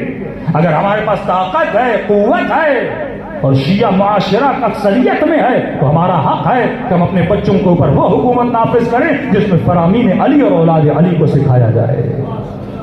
ہاں عقل کا فیصلہ تھا تو کہا ولایت فقیہ۔ اب ولایت کا لفظ استعمال نہیں کرے، لوگوں کا ذہن بڑا محدود ہے، حکومت فقیہ بول دو۔ اب لوگوں کو عربی سے مسئلہ اردو میں بول دیتے ہیں، یا حکومت علی کی ہو یا حکومت فقیہ کی ہو۔ اگر امام ہیں تو یہ حکومت کس کا حق ہے؟ امام کا حق ہے۔ لیکن اگر امام نہیں ہے تو حق حکومت کس کا ہے؟ امریکہ کا، شیطان کا، شرابی اور کبابی کا۔ اگر امام نہیں ہے تو حق حکومت کسی صالح کا ہے۔ یرثھا عبادی الصالحین، زمین کا ورثہ کن کو ملے گا؟ صالحین کو ملے گا۔ ہم حکومت سنبھال کے رکھیں گے اور جب امام زمانہ آئے گا یہ پرچم، یہ علم کس کے ہاتھ میں دیا جائے گا؟ امام کے ہاتھ میں دیا جائے گا۔ شیعت نے کتنی ترقی کی، آج آپ دیکھیں ایران کے حالات کتنے بگڑ چکے ہیں۔ کسی نے کہا مولانا حالات بگڑ چکے، میں نے کہا گھبراؤ نہیں، جس حکومت پہ امام زمانہ کا ہاتھ ہو، ہاں یہ ہمارا اٹل فیصلہ اور یقین ہے کہ جب تک حجت کا ظہور نہیں ہوتا خدا اس حکومت کی کیا کرتا ہے، محافظت کرتا ہے، خطرات ہوتے رہتے حکومتوں میں۔ دوسرا، اجتہاد کے بعد ولایت فقیہ کا نظریہ۔ اب ولی فقیہ کی اطاعت تمام پر واجب ہے۔ جب آغا خان کی سن سکتے ہیں تو ہم ولایت فقیہ کیوں نہیں سن سکتے؟ جب بوہری اپنے بوہرا کی سن سکتے ہیں تو تو ولایت فقیہ کیوں نہیں سن سکتا؟ پاور کو جب تک سینٹرلائز نہیں کیا جائے قومیں تباہ ہو جاتی ہیں۔ خمینی نے پاور کو سینٹرلائز کیا۔ آپ عراق گئے ہوں گے، مشی میں دیکھا ہوگا عراقیوں کا کیا حال ہے، لبنان کا کیا حال ہے۔ ایران نے ترقی بھی کی، ان تمام تر سینکشن کے باوجود کتنی ترقی کی ایران نے نا، سب کچھ کیا، کیونکہ پاور وہاں پہ کیا ہوا، سینٹرلائز ہوا۔ جو قومیں اپنے پاور کو سینٹرلائز کرتی ہیں وہ قومیں کامیاب رہتی ہیں۔ پاکستان میں ایک سسٹم بنا، تحریک فقہ نفاذ جعفریہ، قیادت کا انتخاب ہوا، قیادت کو ویریفائی کون کرتا تھا، ولی فقیہ۔ شہید حسینی کی قیادت کو کس نے ویریفائی کیا، ولی فقیہ نے۔ ہمیں لینتھ اور لائن کہاں سے لیں گے، ولی فقیہ سے لیں گے۔ دو سسٹم ہیں، اگر آپ ولایت فقیہ کو نہیں مانتے تو اپنے اندر ایک علماء کا گرو بناؤ جو قیادت کا کیا کریں، انتخاب کریں۔ جب تک پاور سینٹرلائز نہیں ہوگا شیعہ بکھرے رہیں گے۔ لوگ یہ سمجھتے ہیں آج میں مولوی ہو کر تھوڑا بہت فیم مل جائے، تھوڑا بہت مشہور ہو جاؤں اور میں پاکستان میں اعلان کروں بھائی میں نئی تنظیم بنا رہا ہوں، آ جاؤ ایک نئی قیادت کا ابتدا کرتے ہیں، ایک نئی تنظیم بناتے ہیں، آ جاؤ ایک سیاسی پارٹی بناتے ہیں، اس ملک میں کوئی سیٹیں جیت دیتے ہیں، تو واللہ یقین جانیے کچھ خفیہ طاقتیں میری مدد کریں گی، ہاں مجھے 4-5 چیزیں دلا دیں گے، میرے فیم کو بڑھانے کے لیے کچھ کریں گی، کیونکہ وہ شروع سے یہی چاہتے ہیں جتنے ہم دھڑوں میں بٹیں گے اتنا آپ کا پاور کیا ہوگا، تقسیم ہوتا جائے گا، آپ کی انرجی کیا ہوگی، تقسیم ہوتی جائے گی۔ یہ بیچارہ جوان جس میں دین کا جذبہ موجود ہے، اگر میں اسے تنظیموں میں تقسیم کر دوں گا اور تم نے سینٹرلائز پاور کو کیا کر دیا، ختم کر دیا، لاکھ آپ کے اعتراض واقع خامنہ پر، لیکن وہاں کے علماء نے کہا کہ ہمارے لاکھ اعتراض ہو سکتے ہیں ان کے کسی فتویٰ پر، ان کے کسی فیصلے پر، فرض سے اختلاف رکھو، سسٹم کے دشمن نہ بنو، کیونکہ اگر سسٹم ہے تو فکر ہے، سسٹم ہے تو قوم باقی ہے۔ ہمارے پاکستان میں سب سے بڑی غلطی جو مولویوں نے کی وہ سسٹم کے دشمن بنے ہیں۔ آپ کا اختلاف کسی فرد سے تھا، آپ نے سسٹم کو کیوں ختم کیا؟ آپ کا اختلاف اپنے ملک کی قیادت سے تھا، آپ نے سسٹم کو کیوں ختم کیا؟ جب سسٹم تباہ ہوا تو کئی لوگوں نے نئے نئے سسٹم بنائے۔ یہ مکافات عمل ہے۔ جن لوگوں نے اس ملک میں ایک سسٹم کو توڑا تھا نا، آج وہی آپس میں لڑ رہے ہیں۔ یہ مکافات عمل ہے۔ جو وحدت کے نعرے بلند کرتے ہیں نا، آج ان میں وحدت نظر نہیں آتی، یہ مکافات عمل ہے۔ دشمن آپ کو ایک ایک کر کے مضبوط کرتا ہے تاکہ قوم کو کیا کیا جائے، توڑا جائے۔ واللہ قیامت کے دن جناب سیدہ کے سامنے یہ جواب دے ہوں گے جنہوں نے اس قوم کو ٹکڑوں میں بدلا۔ یہ جتنے شہید پشاور میں ہوئے ہوں، پارا چنار میں ہوئے ہوں یا کوئٹہ میں ہو، ان سب کے خون کے ذمہ دار ہیں وہ لوگ جنہوں نے اس ملک کے سسٹم کو توڑا۔ بھائی فیصلہ ایک کر دو۔ آج ہر بندہ اٹھتا ہے، خامنئی کا نام لیتا ہے، ہر بندہ کھڑا ہوتا ہے کہتا ہے میں ولایت، کون سی تنظیم ہے جو ولایت فقیہ کا نام نہ لے؟ ہر تنظیم کہتے ہیں ولایت فقیہ والے، ہم ولایت فقیہ والے۔ تم نے ایک بار ولی فقیہ سے پوچھا کہ پاکستان میں ان کا نمائندہ کون ہے؟ ایک بار ولی فقیہ سے جا کے پوچھو نا۔ کہتے ہیں ہاں ہمیں پتا ہے، ہم نے خود ایران میں معلوم کیا، دفتر رہبری سے معلوم کیا کہ پاکستان میں آپ کا نمائندہ کون ہے۔ میرا کسی تنظیم سے کوئی تعلق نہیں ہے، لیکن جو بات حق ہے، جو سچ ہے، آپ جا کے ان کی ویب سائٹ پہ ای میل کر دیجئے کہ بھائی پاکستان میں آپ کا نمائندہ کون ہے۔ ایران کی اخبار میں چھپتا ہے کہ ہمارا نمائندہ پاکستان میں کون ہے۔ انہوں نے برملا کا پاکستان میں نمائندہ ساجد علی نقوی صاحب ہیں، یہ خود بھی کہتے ہیں۔ یا کسی تنظیم کے فیور کی بات نہیں ہو رہی، اصولی بات ہو رہی ہے۔ اگر ولایت فقیہ کو مانتے ہو تو ولایت فقیہ کو فالو کرو، پھر قوم کو تقسیم کیوں کرتے ہو؟ پھر ڈبل سوچوں میں کیوں ڈالتے ہو؟ پھر جب ہم نجی محفلوں بیٹھے بھائی رہبر نہیں ہے کا کہتے مولانا رہبر مصلحت کا شکار ہے۔ بھائی رہبر مصلحت کا شکار ہے، تم کس کھیت کی مولی ہو کہ تم مصلحت کا شکار نہیں ہوتے؟ ولی فقیہ جب مصلحت کا شکار ہے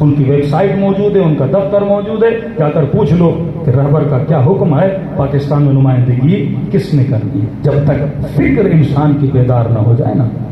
حزب اللہ لبنان کیوں کامیاب ہے؟ ایک حسن نصر اللہ کے پیچھے, بات ختم ہو گئی. رہبر نے تائید کی حسن نصر اللہ جو بھی ہیں ان کے پیچھے چلنا ہے. اطاعت تمہارا کام نہیں کہ تم انگلیاں اٹھاؤ. کئی مولوی ہیں جو ایران میں خامنہ کی انگلیاں اٹھاتے, یہ ان کا فیصلہ صحیح نہیں, وہ ان کا فیصلہ. بھائی تم کون ہوتے ہو؟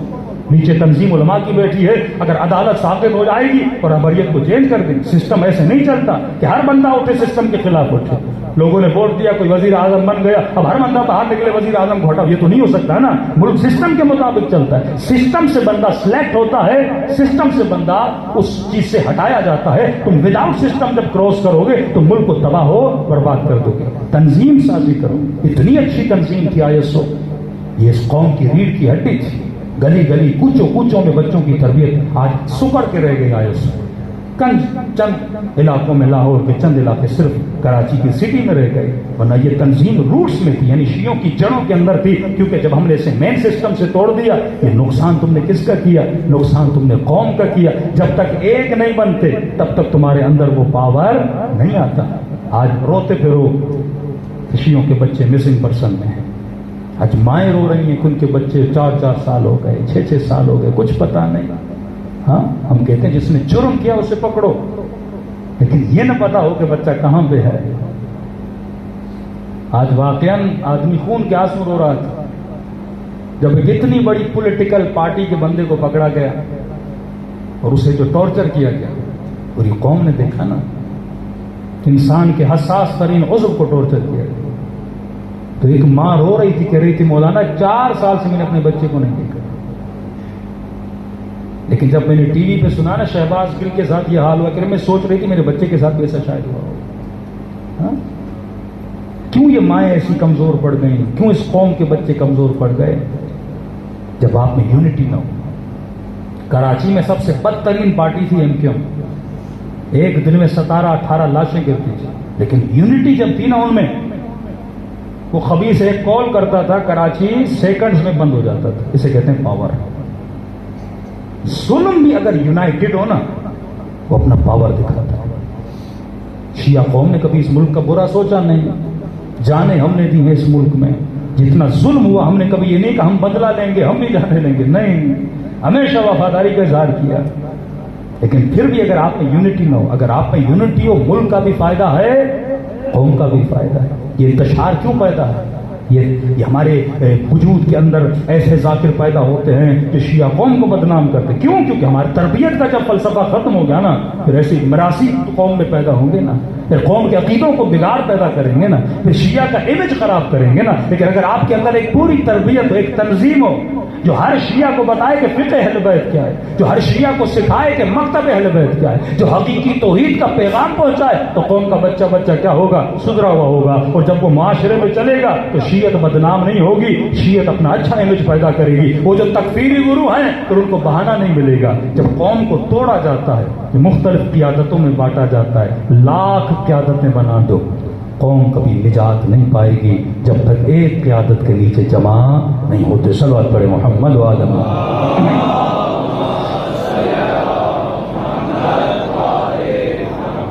اور کچھ لوگوں کو کہنا چاہوں گا اپنا پیسہ ضائع نہ کرو.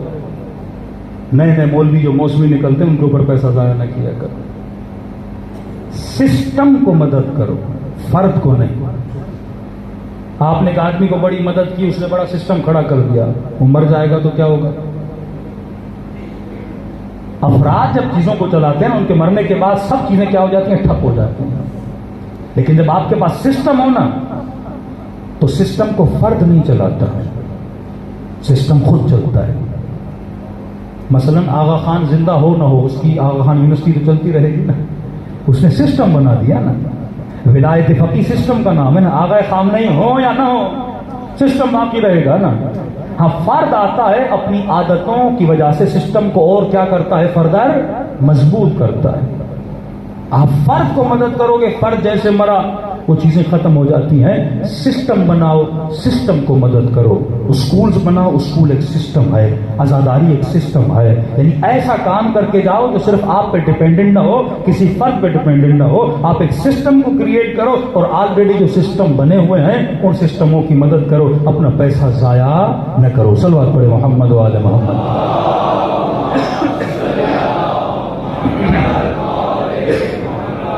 مظلومیت امام حسن. نادان لوگ وہ جملے امام حسن کو بولتے تھے, الیاذ باللہ, اے مؤمنوں کو ذلیل کرنے والے, مذل المؤمنین. حسن ابن علی نادان لوگ تھے. آج یہی نادانیاں اس قوم میں ہوئی جس کی وجہ سے ہم نے پوری قوم کی جڑوں کو اکھاڑ کے رکھ دیا. آپ جس بھی ملک میں جائیں واللہ یہ باعث خوشی بھی ہے. اور اتنی خامیوں کے بعد بھی شیعہ قوم اس ملک میں سروائیو کر رہی ہے. یہ امام زمانہ کا معجزہ ہے. واللہ اگر مولا کا ہاتھ نہ ہو تو ہمارا کوئی ایسا عمل نہیں ہے جس کی وجہ سے ہم سروائیو کر سکیں. جتنے حملے ہمارے اوپر ہوئے ضیاء کے زمانے سے لے کر اب تک, گولیوں سے مارا, بموں سے مارا, گردنوں کو کاٹا, ٹانگوں کو ٹکڑے ٹکڑے کر کے کاٹا. وہ ظلم کیے کہ جس کی مثال نہیں ملتی اس قوم, شیعہ قوم پہ جتنا ظلم ہوا, لیکن اب تک آپ سروائیو کر رہے ہو. امام زمانہ کی دعا ہے. لیکن اگر تھوڑا عمل آ جائے نا, لینتھ لائن پکڑ لو, پھر دیکھو خدا کتنی قوت دیتا. کیوں ہمارے شیعہ قوم کے اسکولوں کی کوئی چین نہیں ہے؟ ہاں ہوتے ہیں کسی نے 4 اسکول بنائے, کہ چین کیوں نہیں ہے؟ جس طرح سٹی اسکول کی چین ہے, بکن اسکول کی چین ہے, آغا خان کے اسکولوں کی چین ہے, جماعت اسلامی کے اسکولز کی چین ہے. کیونکہ ہم نے اپنی انرجی ضائع کر دی نا. پوری انرجی ہم نے تنظیم کا مطلب یہ نہیں آپ ملک کی سیاسی پارٹی چھوڑ دو سیاست کو, اصل قوم کی تربیت کرو. اس سیاست سے نکلنا کیا ہے؟ نجاست سے نکلنا کیا ہے؟ فرسودہ سسٹم سے نکلنا کیا ہے؟ جنہوں نے 22 سال سیاست کیا, ان کے ساتھ کیا ہوا ہے, تمہارے ساتھ کیا ہوگا؟ اصل ہے تربیت کرو, بچوں کی تربیت کرو. بیوروکریسی میں بچے بھیجو, 4 نیک افسر بناؤ, 4 نیک عادل ڈی ایس پی بناؤ, اے ایس پی بناؤ, 4 نیک عادل جج بناؤ, 4 نیک عادل ڈاکٹر انجینئر بناؤ. یہ ہے جو ملک کو چلائیں گے نا. اس سے ملک سروائیو کرتا ہے. ملک اپنی بیوروکریسی سے چلتا ہے. آپ نے کون سے ایسے اسکولز بنائے؟ پوری چین ہونی چاہیے شیعہ اسکولز کی, شیعہ ہاسپٹلس کی چین ہونی چاہیے نا, تاکہ صرف شیعہ نہیں آئے, سنیوں کے لیے بناؤ. پورے پاکستان کے ہر فرد کے لیے ایسے ہاسپٹلس بناؤ. ہم نے جتنا پیسہ فضولیات میں ضائع کیا, واللہ اگر ایک ہاسپٹل آغا خان جیسا بناتے, ایک کالج آغا خان جیسا بناتے, آج کتنے بچے ہمارے پڑھ لکھ ہوتے. اور امیج آپ کیا دیتے؟ جو مکتب علم کے ماننے والے ہیں ان پر لازم تو معاشرے میں علم کو بانٹے نا. ہم نے علم نہیں بانٹا, صرف گالم گلوچ, صرف جلسوں کی حد تک, صرف سیمینار کی حد تک. صرف یہ تھا کوئی بندہ شہید ہو جائے ہم اس کی تصویر لگا دے, آج شہید کا سیمینار ہے, آج مکتب قاسم سلیمانی کا سیمینار. بھائی تم نے مکتب قاسم سلیمانی کو سمجھا کب ہے؟ قاسم سلیمانی کے مکتب کا مطلب یہ ہے اپنے رہبر کے کہنے پہ اپنی جان کو قربان کرنا. تم نے ملک کے رہبروں کو بدنام کر دیا, تم نے ملک کی قیادتوں کی داڑھیوں میں ہاتھ ڈالا, تم نے ان کے ناموس پہ ہاتھ ڈالا, اور تم مکتب قاسم سلیمانی کی بات کرو. مکتب کا مطلب یہ اطاعت وہ ہو جو سلمان فارسی کی اطاعت تھی, اطاعت وہ ہو جو میثم تمار کی اطاعت تھی, اطاعت وہ ہو جو جناب حجر کی اطاعت تھی. سر کٹا دیا لیکن علی سے دور نہ ہٹے. یہ مکتب کا کام ہے کہ اطاعت کے ساتھ چلو, تسلیم اور مقام رضا کے ساتھ اپنی زندگی کو گزارو. کیونکہ قوم میں تربیت نہیں تھی, ہم نے قوموں کی تربیت نہیں کی, اپنے مال کو ضائع کیا, انرجی کو ضائع کیا. واللہ آج دنیا میں سب سے زیادہ پی ایچ ڈی ہولڈرز یہودی ہیں. اقلیت میں ہیں, مال میں سب سے آگے, علم میں سب سے آگے. آج پورے پاکستان کا ایک آپ کوٹا جمع کریں کہ پورے پاکستان میں کتنے پی ایچ ڈی شیعہ ڈاکٹرز ملتے نہیں, ہمیں پتہ ہی نہیں لگتا. صرف بچوں کو ڈاکٹر نہ بناؤ, تربیت کر کے عادل ڈاکٹر بناؤ. اگر 4 A S P, D S P, S S P شیعہ بن جائیں نا, عادل ہوں, راشین ہوں, سارے آفیسر بولیں کہ سب رشوت کھاتے ہیں, یہ علی کا ماننے والا ہے, یہ حرام کو منہ بھی نہیں لگاتا.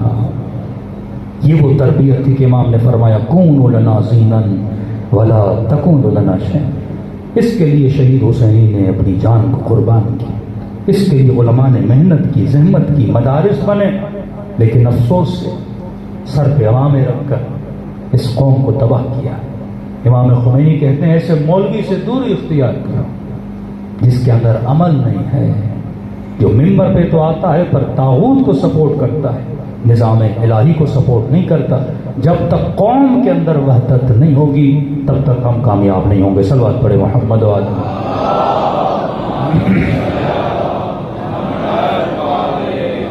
دلوں کو کربلا لے کر چلیں، سلام کریں اپنے مولا کی مظلومیت پہ۔ حسین فخر کر رہے تھے اپنے 72 سپاہیوں پہ۔ حسن کا لشکر بڑا تھا پر وفا نہیں تھی، حسین کا لشکر چھوٹا تھا پر وفا تھی، بہن کی وفا، بھائی کی وفا، 6 مہینے کے علی اصغر کی وفا۔ دعا کرو خدا یہ وفا پیدا کرے، شعور دے، صاحب حکمت بنائے۔ دلوں کو کربلا لے کر چلیں اور سلام کریں اپنے آقا کی مظلومیت۔ السلام علی الحسین وعلی علی ابن وعلی اولاد وعلی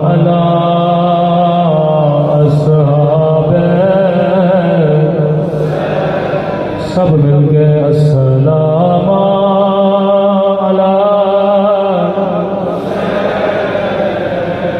وعلی علی ابن الحسین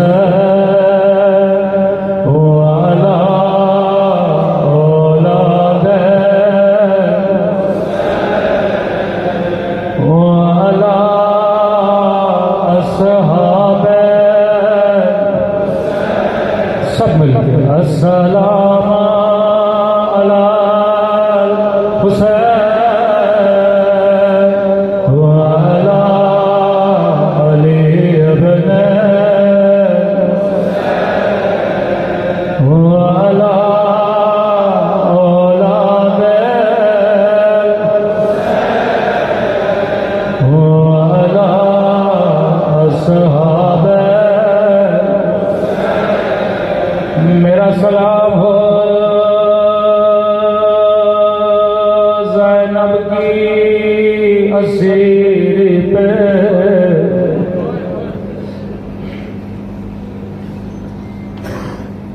میرا سلام ہو سجاد کی غیرت پہ،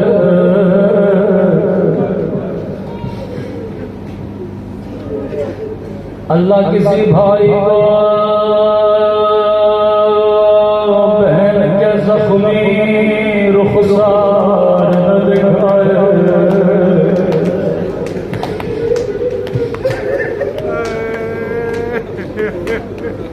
جب نگاہ زینب کے کھلے سر پہ پڑے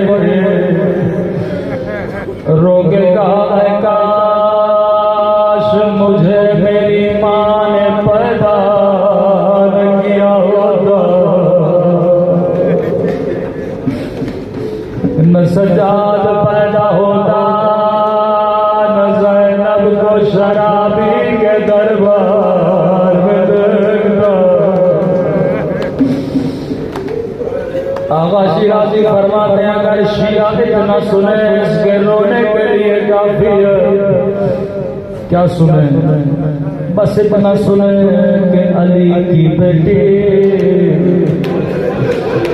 اور شرابی کا دربار، اگر اسے رونا نہ آئے تو یا اس نے زینب کو نہیں سمجھا یا اس نے علی کی غیرت کو نہیں پہچانا۔ ایسا کریم گھرانہ جو غیروں کو بھی اس محبت سے پالے۔ روایت کے جملے ہیں، ایک 5 سال کی بچی تھی جب یہ یتیم ہوئی، امام حسین اس یتیم بچی کو اپنے گھر میں لے کر حسین نے ایسے پالا جیسے اپنے بچوں کو پالتے ہیں۔ جب یہ بچی جوان ہوئی اس کی شادی شام میں کرا دے، ہر سال مدینے آتے تھے، مولا کے قدموں میں بیٹھتے تھے، کہتی تھی مولا میں اپنے شوہر کو کہتی ہوں میرا حسین بڑا قریب، میرا حسین بڑا قریب، مجھے ایسے پالا جیسے اپنے بچوں کو پالتے ہوئے۔ مولا ہر سال جب آتی ہوں مجھے کہتا ہے اپنے مولا سے پوچھ کے آنا کب میرے گھر آئے گا، میں بڑے بڑے سفرے لگاؤں گا، تیرے مولا کی بڑی بڑی دعوتیں کروں گا۔ امام حسین کو بڑا پیار آیا، فرمایا شیری ہم آئیں گے لیکن تو پہچان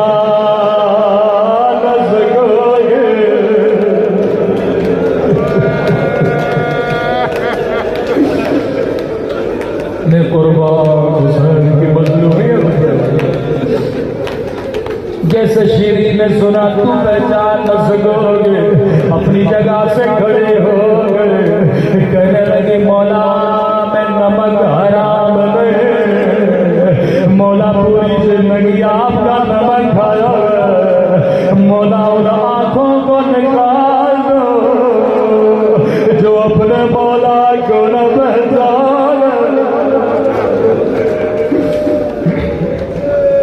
حسین مولا کو بڑا پیار آیا، فرمایا شیری تیرا قصور نہیں ہوگا، ارے حالات بدل جائیں گے، لیکن شیری حسین کی ایک وصیت یاد رکھنا، جی میرے بولو۔ امام نے فرمایا شیری قیدی بڑے مظلوم ہوتے، قیدیوں کا خاص خیال رکھنا۔ شیرین کہتی ہے میری سمجھ میں نہیں آیا مولا نے وصیت کیوں، لیکن میں نے کہا میرے مولا کی وصیت واپس شام چلی گئی، اپنے شوہر کو کہا جب کوئی قیدی نظر آئے اسے گھر لے کر آنا، میرے مولا کی وصیت ازادارو حالات بدل گئے، زینب لٹ گئے، زکینہ یتیم ہو گئے، لٹا ہوا قافلہ بازار آیا، شیرین کا شوہر نواب سے بازار سے گزر رہا تھا، اس کی نگاہ ننھی سی سکینہ پہ پڑ گئے، زخمی رخساروں پہ پڑ گئے، زخمی کانوں پہ پڑ گئے، روتا ہوا گھر گیا، کہنے لگا شیری تو نے کہا تھا اگر کوئی قیدی نظر آئے اسے گھر لے کر آؤ، او شیری میری زندگی گزر گئے، میں نے کبھی 4 سال قید نہیں دیکھے، شیری بڑے بلو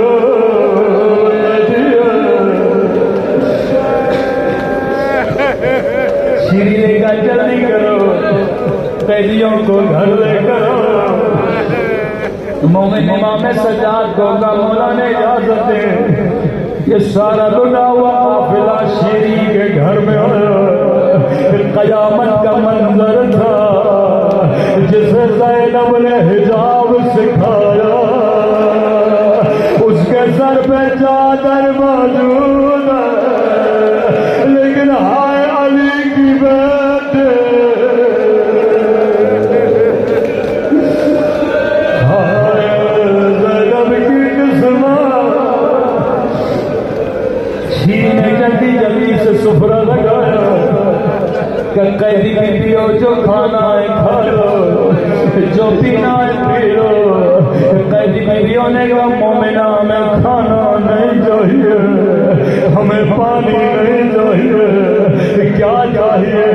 او مومنان بڑے مظلوم، اگر اجازت ہو تیرے گھر میں ماتم کر لے، تیرے گھر میں رو لے، کیونکہ ایک دن میں ہمارے گھر سے 18 لاشیں نکلی ہیں، کسی نے ہمیں رونے نہیں دیا۔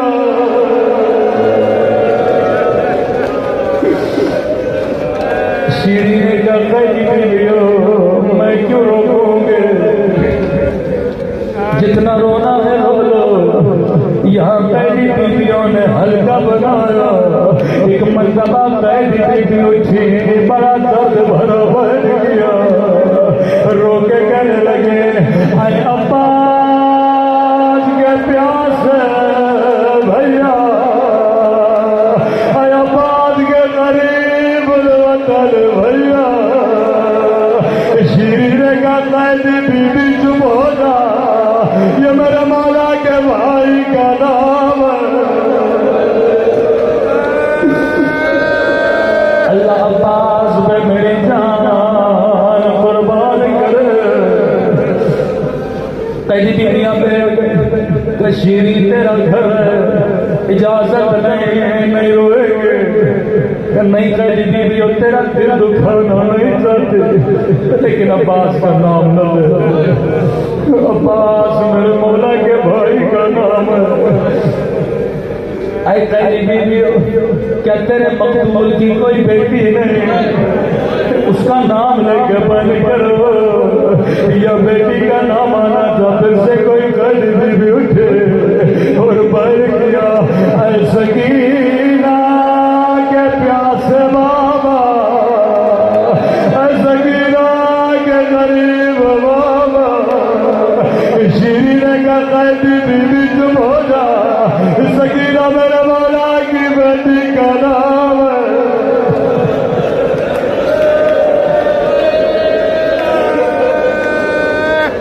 اللہ سکینہ پہ میری بچیوں کو قربان کرے۔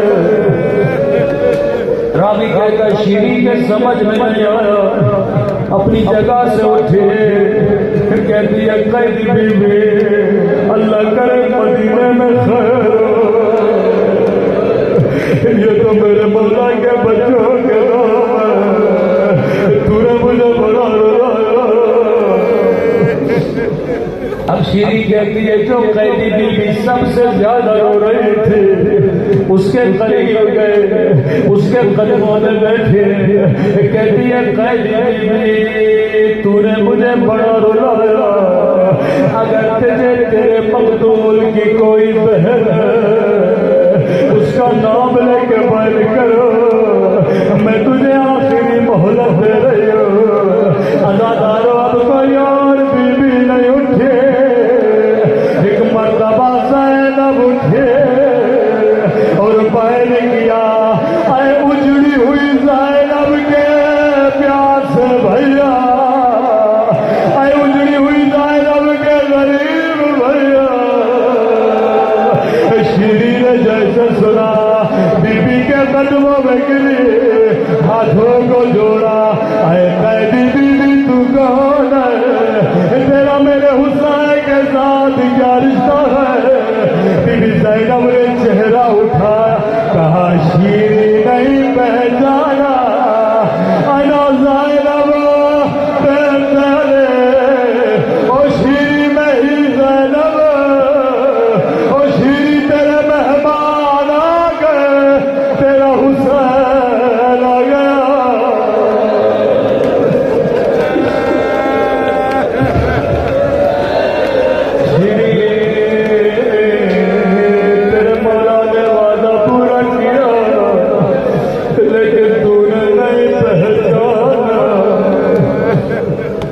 اے خدا تجھے زینب کی اسیری کا واسطہ، تجھے سکینہ کی یتیمی کا واسطہ، ہمارے مولا کا ایمان کا ظہور فرما، گنہگار آنکھوں کو حجت خدا کی زیارت نصیب فرما، اس قوم میں اتحاد و اتفاق نصیب فرما، ایک دوسرے کی نفرتوں سے ہم سب کو معاف فرما، ہم سب کو زبان ذاکر عطا فرما۔